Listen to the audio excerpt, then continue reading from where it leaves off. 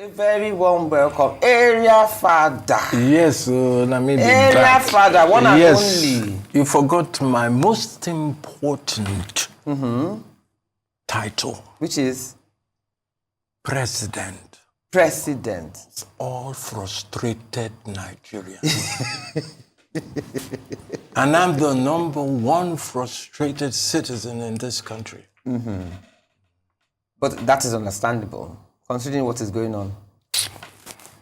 You think the paying person for body make we no lie. I mean, just look at this one now. That they were fighting for 60,000 naira, and the best offer you could come up with was 62,000. I mean, like the lady said it all. The money that NAS earns alone is more than what the whole civil servants in Nigeria earn. And when you think about the expenditure of governance in itself, you now begin to wonder, is it that they don't prioritize? How can you not think of the common man? These are the people who voted you into power, supposedly. So what's your take on this? What's your take on this unfair and unjust statement? No, they talk like that. Huh? They were not voted into power. Okay, well. They bulldozed themselves into power. They were not voted into power. Yeah, but my point is, the labor union, NLC themselves, I mean, as their bites now become worse than their back now become worse than their bites. Because I mean, I don't understand. Not be today, Ruth. I remember the year 2003. Yeah. That's more than 20 years ago. Oh yeah. Oshimole was at the helm of affairs in NLC. Yeah. I was in charge of mobilizing Lagos, and I did. Then that was the height of the Charlie Boy brand. Oshimole was amazed with my mobilization skills.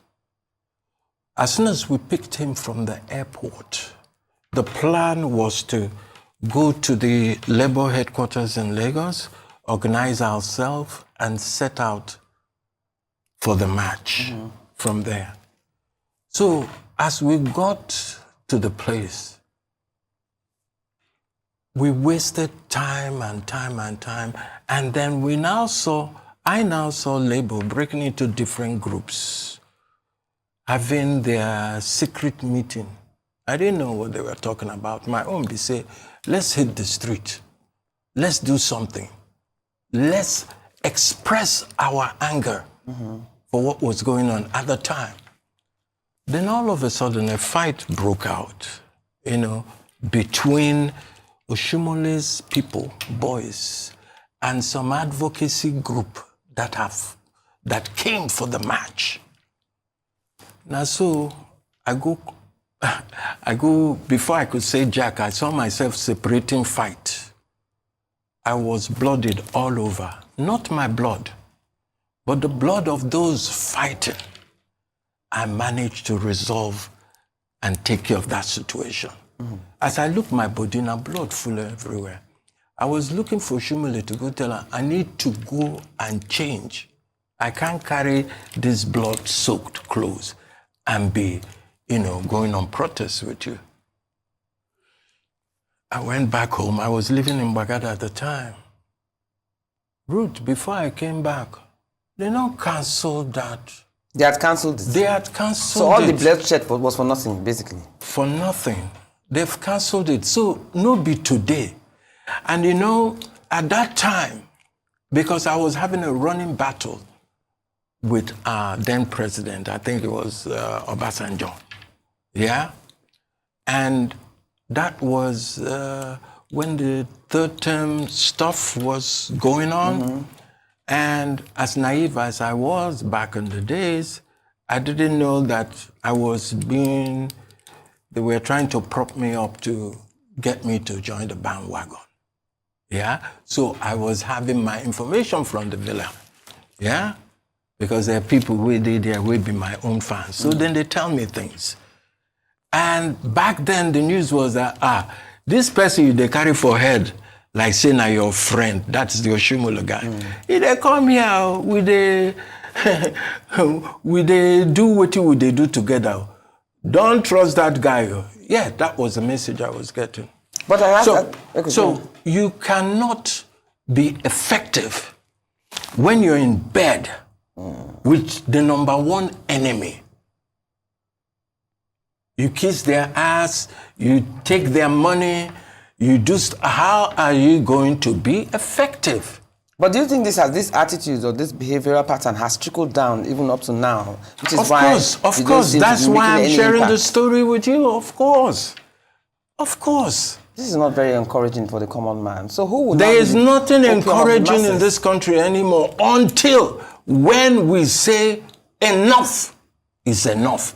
And I keep wondering, when will enough be enough? When will enough be enough? But are you saying that it is a hopeless situation relying on the National Labour Congress or TUC or any of these other... They're already in bed with the enemy now. So why are we going to... Who will fight for us then? Who will fight for the common man? Who will fight for the common man? Yes. You did ask me that question. But so what level the common man, waiting do in hand, waiting do in foot. If we can't fight for ourselves, then what is the point? Okay? The people, the rulers and the ruiners of Nigeria has demonstrated in very clear terms that one, they don't have the pulse of the people. They don't send us any message at all. You can see the kind of funds, the kind of money being apportioned amongst them in this kind of hunger, in this kind of frustration and hopelessness. You would even say, okay, you know what? Cut down salaries by half. For take where the extras and then put for it where can they ever purpose. Do that? Can they? Because these are people who are not thinking about you and me, who are not thinking about the pain of the masses. They don't bloody care. They no send anybody. They are in it to build their own empires. Get that straight into your head. And until we understand the facts, it's not about you be Yoruba or I be Igbo or that Hausa brother. These are the tactics, okay? They activate to keep us fighting one another. But another thing, now that when you said about not being Yoruba or Igbo or whatever, there's also the accusation that the NLC themselves are supposed to be partisan players. They're not supposed to be supporting any particular candidate. What do you mean by partisan players? Anybody will see the truth. Just talk the truth. Yeah, but doesn't that compromise your stance? Compromise what? Compromise what? This fight is between the haves and the have-not. Period. Yeah, but this fight is between good and bad. Say I see waiting they good, waiting go benefit everybody. Then I no go talk because I want to be. Okay, let's go. What are you talking about? We'll go on that. We'll go on that now. We'll return to this particular point. So we're going on a break. We'll see you right back. Go grab a cup of tea and come and join me with Area Fada. It's a very interesting morning. See you right back on Perspective.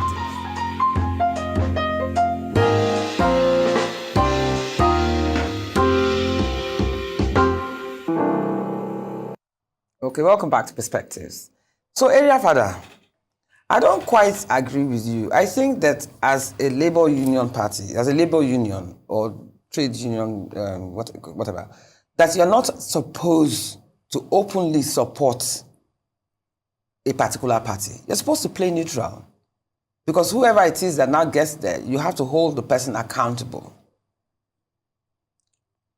I don't think that you're supposed to, because if you support APC, PDP, Labour Party, whatever, as a labor union, maybe you're not supposed to. You're supposed to be neutral. Support a party, but you're supposed to always support the truth. Yes, you can support the truth. Yes. And you can stand for What the is truth. the truth?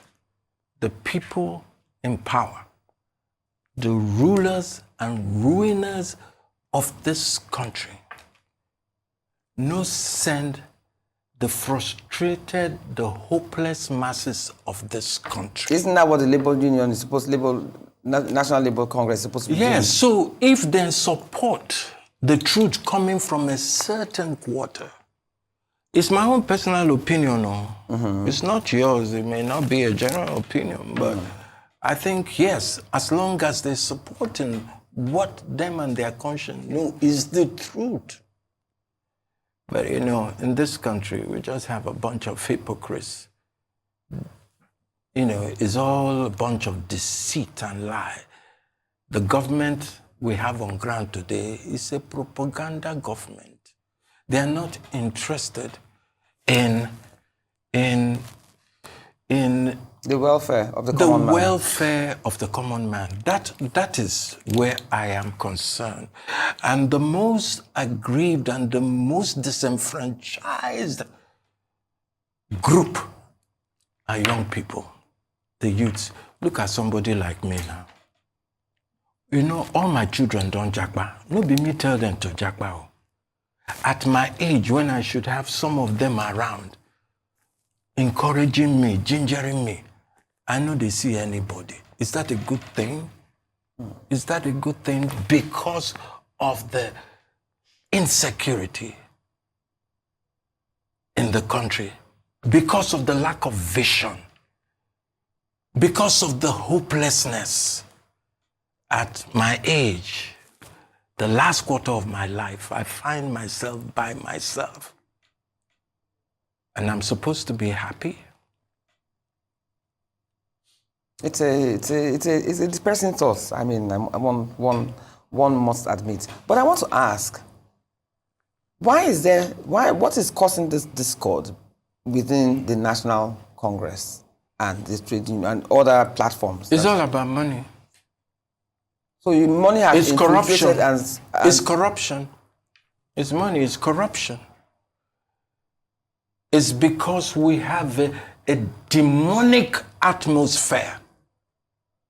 That's how best I choose to describe it. It's very demonic.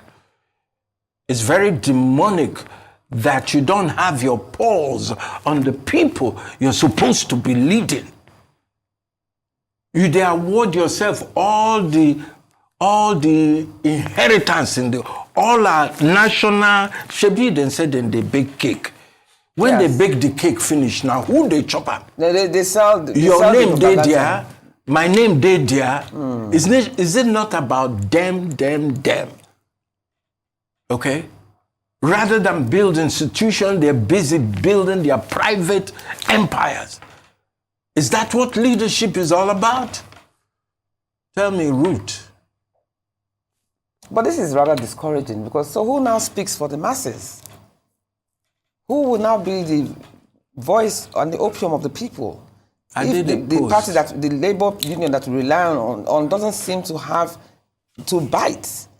The back seems to be louder than the bite. Because I cannot understand how the government can tell you 60,000 and then come up with an offer of 62,000. Even that in itself is the height of its insensitivity. Yeah. And then they now bring theirs down to 250,000. As in, where's the compromise? I'm surprised that they no being offer. Maybe what was the last offer? 60,000. And now it's now I'm surprised say they no 62,000. make 60,000 and 50 kobo. Do you even see use kobo, sir? I don't think we use kobo. You know. No, but because I'm thinking, I mean, 60,000, 62,000, what's the difference?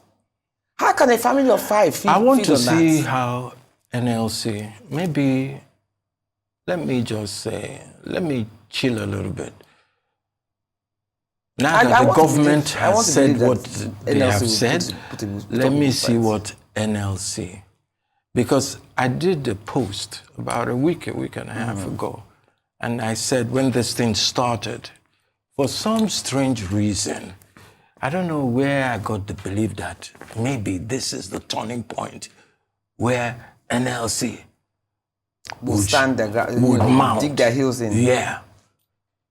And I put out a post saying that if this protest continues in the next 1 week, that I'll get up from where I am and mobilize 90% of the Nigerian bikers and Okada people in this country, and we'll pour out on the street, because that would have been a good time for everybody to fall out.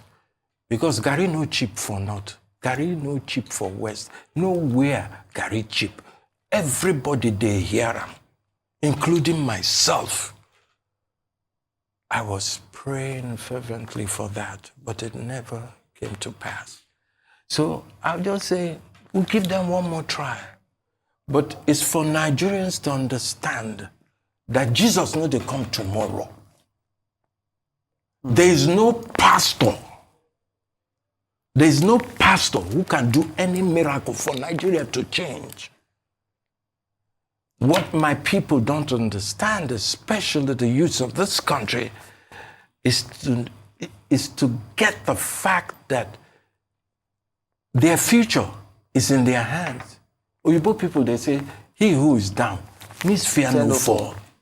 Okay? Things don't jabrata finish. We're all in a very hopeless situation. So what is the fear? This life that we're living, now the kind of life that we deserve, is it really what we deserve? No. So waiting go make you fear now. So you're saying we should get out of our comfort zones? Before, Uncle, if you don't like that, you can stay in your house and die. So die insignificantly. Get out of our comfort zones and do what exactly? Let me give you one analogy.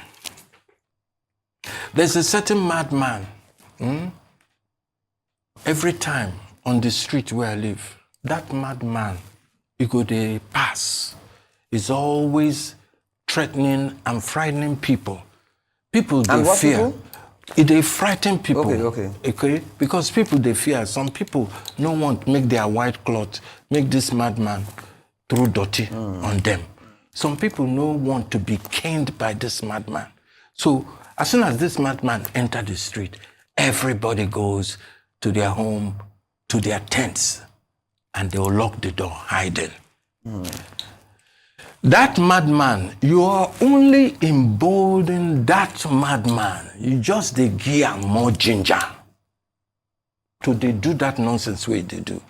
The day, 5, 10 people will confront that madman and say enough, and show the madman, say their own grace was passing on grace.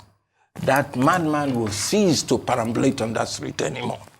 And that's what needs to happen. How it's going to happen? My own, not just to the talk as a social engineer, just to the try to the advise my community made up of young people to say, don't give up hope. What are you giving up hope for? You give up hope, everything is gone. I know there are people who are going to Japa, but it's not all of us that can Japa. Some people are in the position. So much talent. Some people are in the position to Japa, somebody like me. But Japa to where? At what age? What will I be doing there? You understand? Yeah. So it is the moment we all decide enough is enough that we can start now to plan how we need to confront our enemies. Some people don't even know who their enemies are. Some people don't even know the playbook of the enemy. They've been using these tactics since I can remember. It's not something new. That is why anytime you see election, they're pitching us against one another. The violence just goes off the roof. Now that time people go, no, this person, na Igbo person, this person, na Yoruba person, this person. What has that got to do with the price of bread? Yes. But also, politics is not a very attractive terrain for the average person to want to enter. It's so full of banana peels, but and it's so treacherous. But so how can you even make politics attractive enough for people who genuinely want to make an impact, to feel confident enough to go and even play a role in that? We need to bring down the whole thing and start even the cost the of foundation politicking is bad. itself. It's expensive. How many people can afford the that? foundation is bad, Ruth. We have such a bad foundation with such the wrongest constitution ever, you know. No, but but there are a few hands. There are a few people that have been in it and have made some impact positively, albeit going against the times. Oh yeah. So we probably need to find more. No, but we probably need to find more of them. No, there are more of those people. But you know, fear is a very dangerous thing. It cripples the mind and the soul. Fear. And I think we have to raise the bar in terms of performance. And stop accepting with mediocrity. People who want to perform now. We know those people, but will we allow them? Or will the system rather allow them? I tend to we need to get rid of this system. I tend to look at I tend to look at the cup as half full as half empty. We're going on a break. We're going on a break again. We're going on a break soon, and still to be here with me will be area father Charlie Boy, this time around to talk about his personal life. So we will see you right back.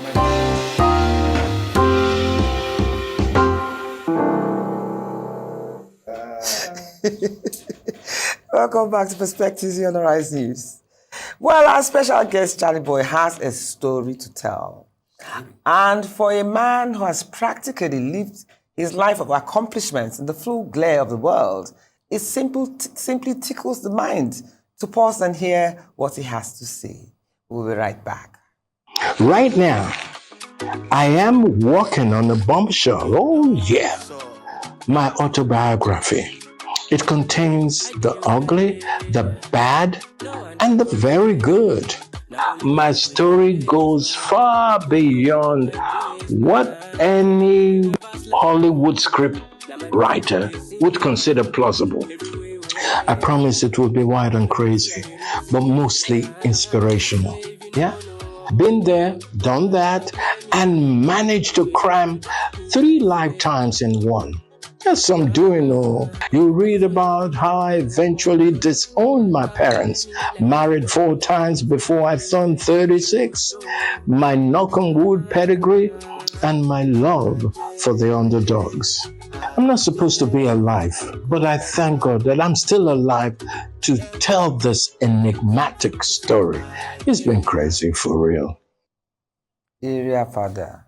You say you have lived 3 lifetimes in one. Mm-hmm. So first tell us about that. What do you mean by that? I've lived a charmed life. 3 lifetimes in one, yes. Yeah, I've lived a charmed life. And I started everything early. I had my first baby, I think, when I was about 16. Your first child at 16, 17? 16, 18, thereabout. How did your father react? Because your father is a judge now. He's a high court judge, isn't he? Forget that one. I was very conservative, old school. Yeah. The running battle I had with my father was very epic. You know, at the time, I didn't understand him, because I felt my father was a great bully. He had this overbearing personality over women that just suffocated me as a person. So even from when I was little, I was always trying to get away, because in my household at the time, there was time for everything.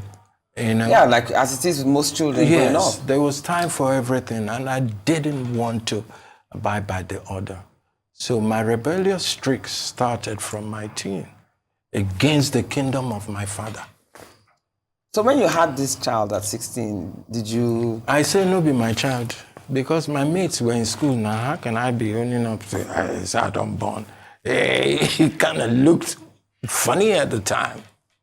But then again... So how old is that child now?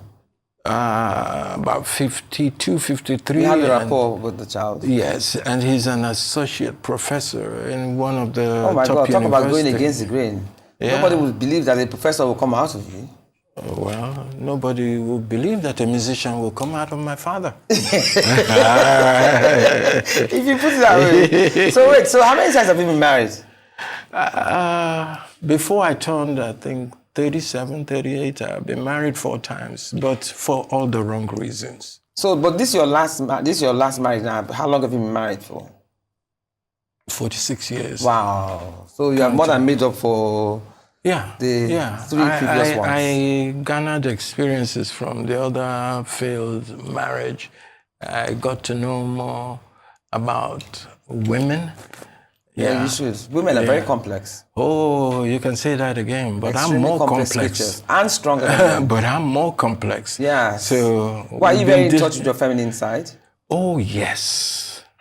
And you know the name of my feminine alter ego? What's your feminine? Linda.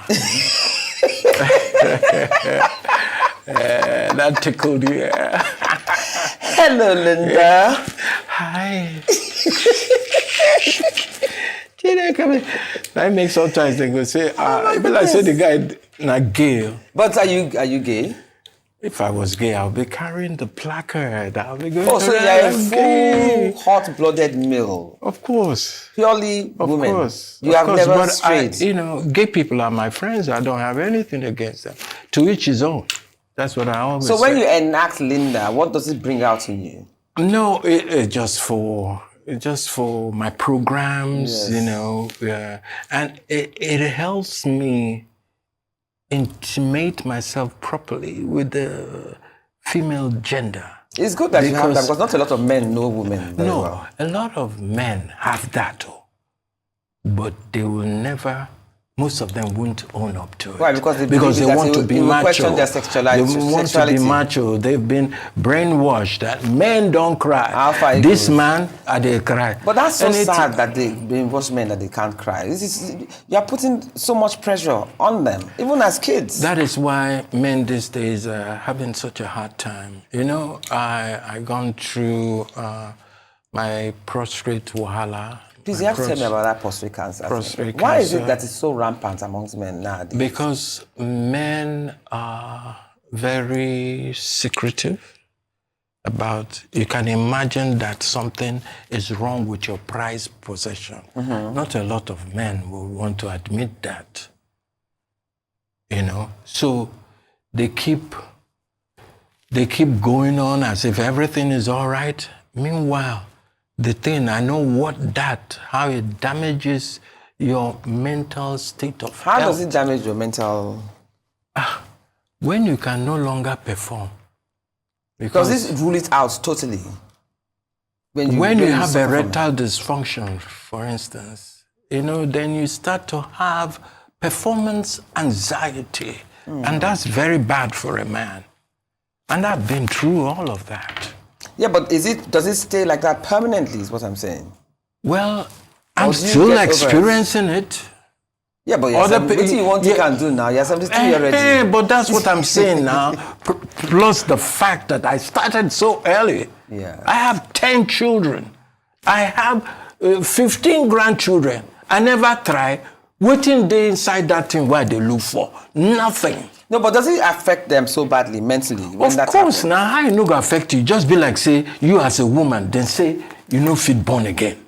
That you can't have babies. Sometimes when you are sober on your own, the thing they bother, it go bother even everyone. After a certain age, I mean, I can understand if you're 35, 40. Sorry about that. I can understand if you're 35, 40, but when you're in your 70s, 80s, does it really matter? No, it doesn't. But some men, do you know, they had a study. Yeah? My doctor told me this.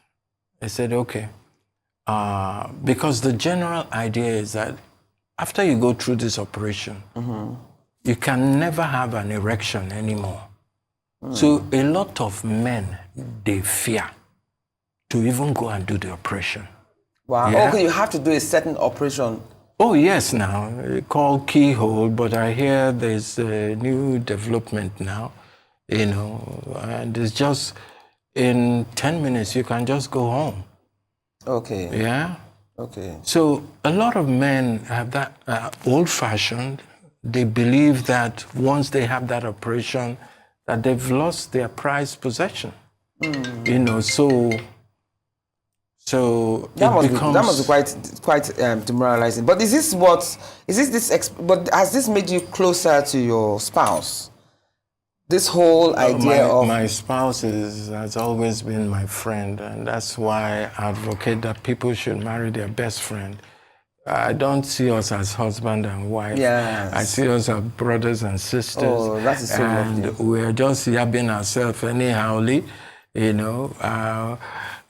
She's made fun of my situation, but let me enlighten you. Penetration is not the all and all in sex. I agree with you. You know that. I agree with you. Yeah. Let's not get too detailed here. This is family TV. Yeah. But let me now go back to the reason why we're discussing this issue. Is that you wrote a book. Was this book inspired by your situation? No, you're getting a bit mixed up. The book that I wrote a long time ago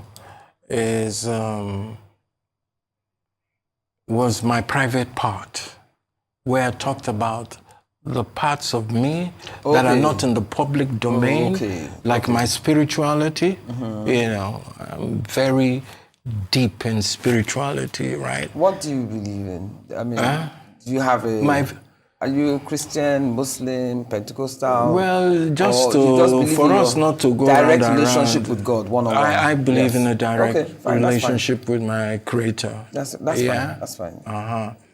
So, but I'm working on a new one now that will soon be out. Hence, and what's the focus on that? Yeah, the focus is still about all the trials and tribulations I've been through and how I managed to come out of it. Because like I said, I'm not supposed to be alive, but I thank God that today I'm still alive. And I'm still alive to tell that all-important story. It's a story of courage. It's a story of resilience.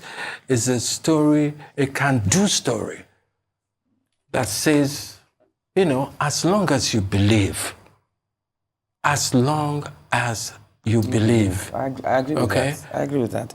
Because you also, I thought you were going to I thought part of your book was also going to be some form of encouragement for men and the challenges that they face generally in life. It's all there. Okay. It's all but what there. kind of challenges do you think that men face generally in life? Apart from the prostrate issue? Yes. You know, you see, these days, women have sort of taken over, which is good. I hold nothing against, you know, that aspect. Taking over, in most homes, they're offering the leadership because the pain for men to meet up has increased. Their mental health is in question, okay? So much demand. Yeah, because of, especially culturally, because of the demand on most men, they cannot cope like they used to cope before. In our own time, when our papa born us now, she been at just that meager salary. Take train about 5-10 people for school. And you were not deprived of anything. Yeah, but can you do that now? You're not deprived So of first anything. and foremost, the family structure don't fall. Yeah. It has fallen so much, you know, and that is because the people we are now seeing are riffraffs and touts and hooligans who have no pedigree whatsoever. Those are the people who are occupying important positions. Okay? And it's so sad, really. Even though they say it's a man's world, you know, men have to be men. It is not. When you look at the pressure, before story. Exactly. When you even look at the pressure from girlfriends, pressure from wife, pressure from children, pressure from society, it must be a Herculean task to wake up each day. That's why I can't understand people who are marrying more than one wife. I don't even get it. You won't kill yourself. One is already a problem. Exactly. You marry another one, now and then you will have mistress outside too. I mean, how do they cope? They can't cope.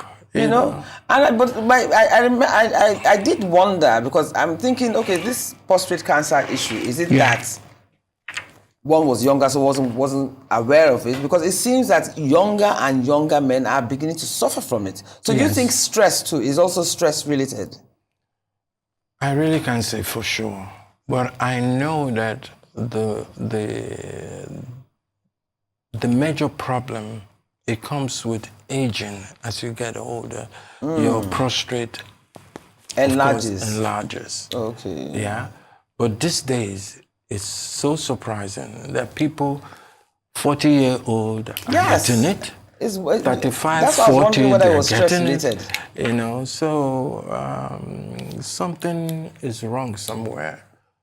I think it's stress related. When you think about, I mean, the lifestyle that we live now and the stress we are under now is like 10 times higher than 20 years ago. Yes, it is. Know? So a lot of ailments or diseases that are coming on today, I think majority of them are stress related. If you get down to the roots of it, you know. So, but speaking of your children now that have all now jackpot. So how do you now spend time together? How do you see them? You go and meet them, or they come back home? Well, the ones where very few that are close to my heart. The other ones, I don't know about them. These are the ones where they register. Wait, Davidson. Register. As in you get past 10? I don't even know self again. No, but I mean, if you had any stray ones, I had a wildlife route, you know, and I have no shame in my game in talking about it, and it's all in. No, but do you think that you might have some children that you might not have? Maybe not. I don't know. They would have sorted you out now. Yeah. It's time of social media. We'll go do. DNA test. DNA oh, that's another TikTok about. Because I don't get two way like that. We'll come and say, oh yeah, make we go do DNA test. I said, I don't even know your mama. When did that happen? Oh, how come? Did you do the DNA test? Oh yes, you know. I carried them go do DNA tests. Of course, it wasn't true. Really? Oh yes. How old were they when they came to you? They were like about 40, 30 something. No, but you know, DNA test is also another topic I want to visit at any time, sometime soon, because I hear that. Oh yeah, people are inheriting. You know, people they don't have any business with. Children. I've heard that. I'm going to visit that. It's on the rise. It's on the rise. I hear it's on the rise, but why so? If you ask me, who I want to ask now. Yeah. But it's good that you. So aside from recovering from cancer and getting older, what have you learned as you have aged now? What are certain things that you used to do before that you will not do anymore? And how has life changed? How have you changed your perception of life? Life is just what you make of it. If you want to be happy, you owe yourself that. You learn how to be happy yourself, because nobody will bring that happiness. Nobody can give you happiness. They can only create an environment. Once you're a deep thinking kind of person, you know how to take advantage of those environments being created. I learned something from my father, and I will ever remain grateful. And that's the art of a simple life. The art of being content. And that's, as you see me so, I'm not that ambitious. There's nothing, because I don't see everything. I don't see extreme poverty. It has happened in my life. Okay? I left my comfort zone, my pedigree and everything. I went out, and thank God I did that, because my father was not training me for the Nigeria of today. Before he died, we used to have several arguments, and they say things don't they spoil, things. He kept telling me, have faith, it will be better. Since that time, it done better? Hell no. But thank God I'm somebody who, let me train myself. Let me put myself out there when I had no business to be out there, because the people I hobnob with are the underdogs, the less privileged. They weren't so much as adding any kind of value to my life, but I was adding to their own life, you see. But it taught me how to be strong for myself. I remember when I was developing the brand, For 7 years, as I come back from Yankee, where did I settle? Not from my village. Oh, you went straight to the village. When you came back from America? Because, yes, when I came, after my youth call, my father, in his usual manner, calls me up, take this letter, go to Port, because when he was a successful lawyer, he had all these businesses with the oil company. So as a PR person, because I studied mass comm, he just wanted to attach me to one of. I said, me and you no talk, get that kind of discussion. I don't want to walk. Then that was a taboo. How can you not walk? What are you going to do? Just to get back at him, because I felt that this guy, you're such a bully, And I can't talk, say, I don't plan to become a musician, and I'm really not a musician. Oh, so... Yeah, that was how this whole thing started. You now have no plan to be a musician? No. You just stumbled into it?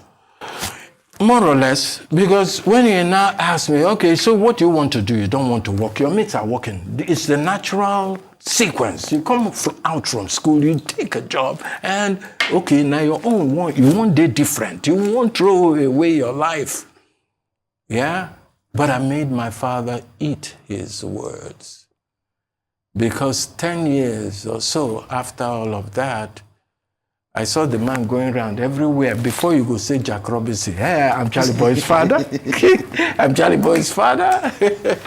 I said, see now, Shemina, you say you no go work for Nigeria.